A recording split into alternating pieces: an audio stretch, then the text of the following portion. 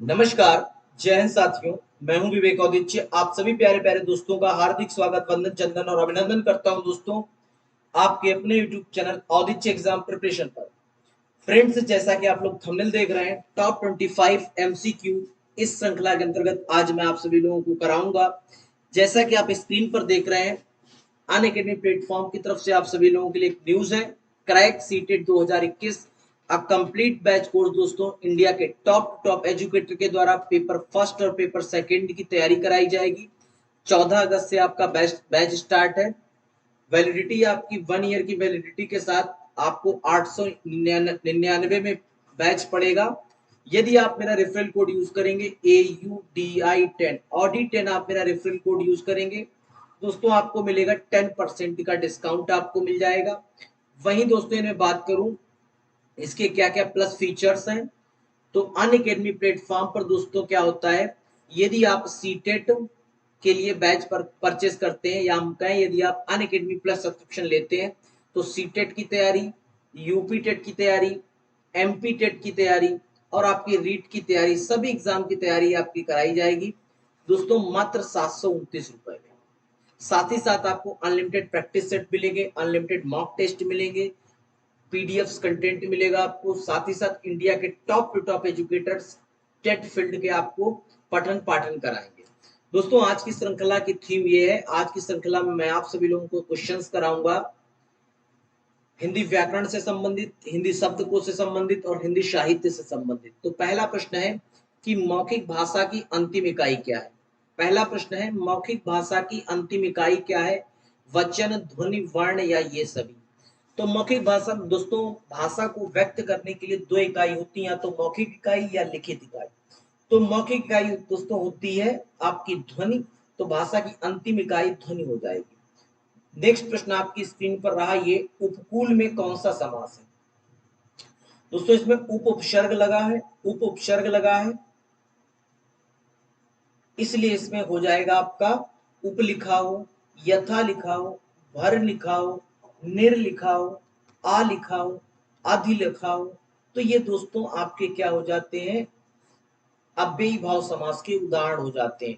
अव्ययी भाव समास की परिभाषा होती है जिसमें पूर्व प्रधान हो, समस्त और सामासिक पद एक अवयव का बोध कराता हो, उसे अव्ययी भाव समास कहेंगे। क्वेश्चन नंबर 2 ये रहा।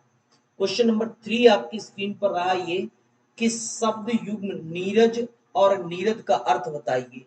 नीरज और नीरद का अर्थ आपको बताना है दोस्तों। यहाँ पे लगा हुआ है जा, जहां पर पानी के पर्यायवाची में नीर लिखा है, जल लिखा है, पंख लिखा है, सर लिखा है, सरो लिखा है। यदि पानी के पर्यायवाची में आप दोस्तों लगा दें जा, तो दोस्तों ये बन जाएंगे कमल के पर्यायवाची। वहीं दोस्तों पानी के पर्यायवाची में यदि आप दा जोड़ दीजिए, तो आपके ये बन जाएंगे बादल के पर्यायवाची। अम्बुद, अम्बु जोड़ दीजिए, अम्बुज कमल का और अम्बुद आपका उसका बादल का। तो नीरज आपका कमल का और नीरद आपका बादल का। ऑप्शन नंबर सी सही हो जाएगा, आपका बिल्कुल सही आंसर सी होगा। चलिए भाई चलते हैं नेक्स्ट प्रश्न की तरफ। नेक्स्ट प्रश्न आपकी स्क्रीन पर रहा, ये कि छायावादी प्रवृत्ति की रचना सबसे पहले दिखाई पड़ी। छायावादी प्रवृत्ति की रचना सबसे पहले दिखाई पड़ी श्रीधर पाठक में, मुकुटधर पांडे में की रचनाओं में, सूर्यकांत त्रिपाठी निराला में या सुमित्रानंद पंत में? तो छायावाद प्रवृत्ति की रचना सबसे पहले दोस्तों दिखाई देती है सूर्यकांत त्रिपाठी निराला की रचनाओं में। सी आंसर सही हो जाएगा। क्वेश्चन नंबर 4 आपकी स्क्रीन पर रहा, ये चलिए भाई चलते हैं क्वेश्चन नंबर 5 पर, कि किस रस को रसराज कहते हैं। दोस्तों जहां प्रेम की बात होगी, जहां रति की बात होगी, जहां स्नेह की बात होगी, वहां दोस्तों क्या हो जाएगा, श्रृंगार रस, वहां हो जाएगा रसराज। वीर रस का स्थायी भाव उत्साह होता है, वहीं दोस्तों हास्य रस का स्थायी भाव हास होता है। चलिए चलते हैं नेक्स्ट प्रश्न की तरफ। क्वेश्चन नंबर 6 आपकी स्क्रीन पर रहा, ये जयशंकर प्रसाद बहुत बड़े नाटककार थे। जयशंकर प्रसाद बहुत बड़े नाटककार थे, उन्होंने किस नाटक की रचना की? अजातशत्रु की, झांसी की रानी की, शशिगुप्त की या राजमुकुट की? जयशंकर प्रसाद बहुत बड़े नाटककार थे, तो दोस्तों जयशंकर प्रसाद ने अजातशत्रु की रचना की, स्कंदगुप्त की, चंद्रगुप्त की आपकी कामायनी की। राइट आंसर आपका हो जाएगा ए। चलिए भाई चलते हैं नेक्स्ट प्रश्न की तरफ। और नेक्स्ट प्रश्न आपकी स्क्रीन पर रहा ये, तमस उपन्यास के लेखक कमलेश्वर, भीष्म साहनी, रमेश बख्शी या निर्मल वर्मा। तमस उपन्यास के लेखक दोस्तों मैं बात करूं तमस उपन्यास को लेकर के, तमस उपन्यास के लेखक आपके भीष्म साहनी हो जाएंगे। राइट आंसर आपका हो जाएगा बी। चलिए चलते हैं नेक्स्ट प्रश्न की तरफ। और नेक्स्ट प्रश्न आपकी स्क्रीन पर रहा ये, छंद पढ़ते समय आने वाले विराम को आप क्या कहते हैं। छंद पढ़ते समय आने वाले विराम को क्या कहते हैं, गण, ऐति, तुक या गति।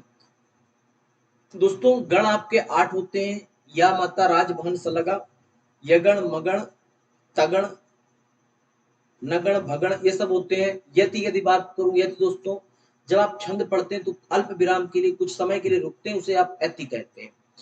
और गति आप लयबद्ध तरीके से पढ़ते हैं, वह गति। और तुक दोस्तों होता है तुकांत जोड़ना। चलिए भाई चलते हैं नेक्स्ट प्रश्न की तरफ। और नेक्स्ट प्रश्न आपकी स्क्रीन पर रहा ये कि मेरी तिब्बत यात्रा, मेरी तिब्बत यात्रा के रचनाकार कौन है। बनारसी दास चतुर्वेदी, श्री राम शर्मा, महादेवी वर्मा या राहुल शांकृत्याय। दोस्तों यात्रा वृत्तांत की मैं बात करूं तो यात्रा वृत्तांत आपका, यात्रा वृत्तांत के जनक डॉक्टर राहुल शांकृत्यायन जी हैं। और राहुल शांकृत्यायन जी ने मेरी तिब्बत यात्रा, मेरी लद्दाख यात्रा, घुमक्कड़ शास्त्री ये सब लिखी है। चलिए भाई चलते हैं नेक्स्ट प्रश्न की तरफ।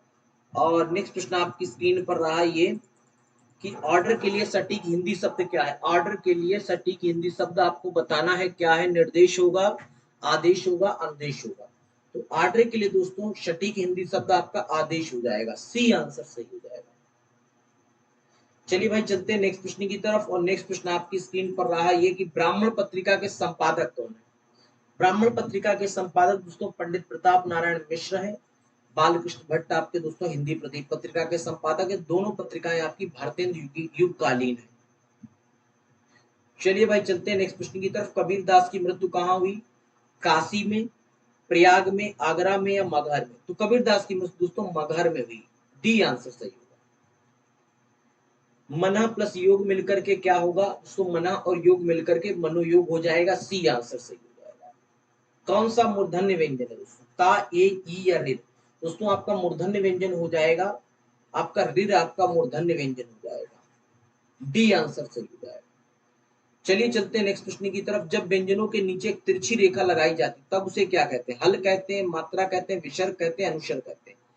जब व्यंजनों के नीचे तिरछी रेखा लगाई जाती है उसे आप हल चिन्ह कहते हैं, हलंत कहते हैं। जब व्यंजनों के नीचे तिरछी रेखा लगाई जाती है, सी आंसर आपका सही हो जाएगा।